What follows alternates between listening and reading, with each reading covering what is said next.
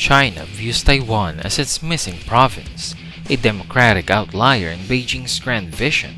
For years, it has tried politics, coercion, and gray zone warfare, but as 2027 draws near, open conflict looms. Could the PLA cross the strait within 3 years? Let's break down how, and with what weapons, it could happen. The Davidson window, first defined by Admiral Philip Davidson, warns China could be ready to strike Taiwan between 2026 and 2027. Taiwan's Han Kuang drills reflect this timeline, testing full mobilization with 22,000 reservists, Abrams tanks, HIMARS, and drone defense, all to defend against an amphibious invasion. Even US intelligence includes 2027 as the earliest point of viable PLA invasion capability. If the PLA strikes, it won't be haphazard. It will deploy a multi-pronged assault. Blockade and cabbage encirclement. PLA Navy, Coast Guard, and militia vessels will form layered blockades around Taiwan. Cabbage tactics, cutting off shipping and isolating the island. Missile blitz and air supremacy. The F-21D and the F-26 anti-ship ballistic missiles, the F-17 hypersonics, and the F-16-100s will strike US bases and Taiwan's air defenses.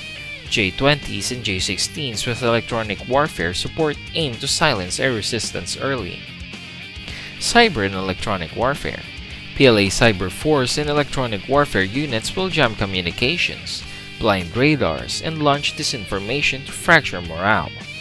Island seizures, swift amphibious assaults, landing barges and hovercraft, target outlying islands like Kinmen, Matsu, and Itoaba, building legitimacy and restricting air operations.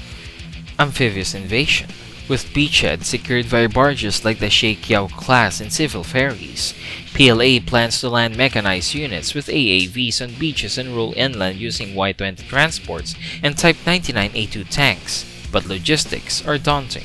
Tens of millions of tons of fuel, supplies, vehicles, and troops all must cross the strait while under fire. Drones and AI swarms.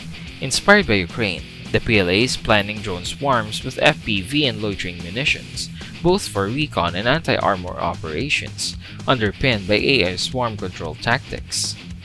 Despite the arsenal and training, war isn't easy. Logistical nightmare.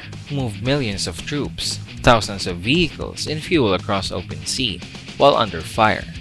A true invasion may require up to 550 plus landing ships, 2,100 aircraft, and 1,000 vehicles, logistics that China currently lacks. Weather and geography. Weather conditions in the strait are unforgiving. 6 months of bad seas and 2 narrow invasion windows per year hurt timing. Taiwan's mud flats and hardened coastal defense further complicate beach landings. Taipei earns sitting ducks. Taiwan is preparing for guerrilla resistance, graphic landmine fields, hardened bunkers, missile batteries, drones, and underground stockpiles. The aim? A porcupine defense to bleed PLA forces until help arrives. Fear of US intervention. A Japanese, US, Australia AUKUS-like buildup and the silhouetted presence of US carriers, HIMARS, and Abrams tanks make Beijing hesitate. Full invasion would risk US direct involvement. This isn't just kinetic, it's cognitive. Disinformation and political warfare. The CCP floods Taiwanese social media with lies and fear to degrade resolve. Cyber blackouts. Hack attacks on power grids and communications aim to create confusion before soldiers even land. Economic squeeze, blockades, sanctions, and trade doctrine simultaneously deployed with cyber pressure to demoralize civilians before combat begins. Everything hinges on timing.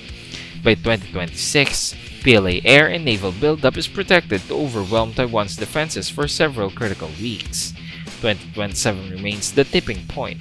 While intelligence suggests Beijing may prefer military reunification over endless coercion, despite heavy risks. An invasion might happen. It could begin with blockades, missile blitzes, cyber war, and island seizures. But even if PLA ships make landfall, the real battle begins. Pop-up missile ambushes, UAV swarms, urban warfare, sand defenses, and US intervention. The result? It won't just be blood. It'll transform global alliances, chip markets, naval designs, and our understanding of modern war.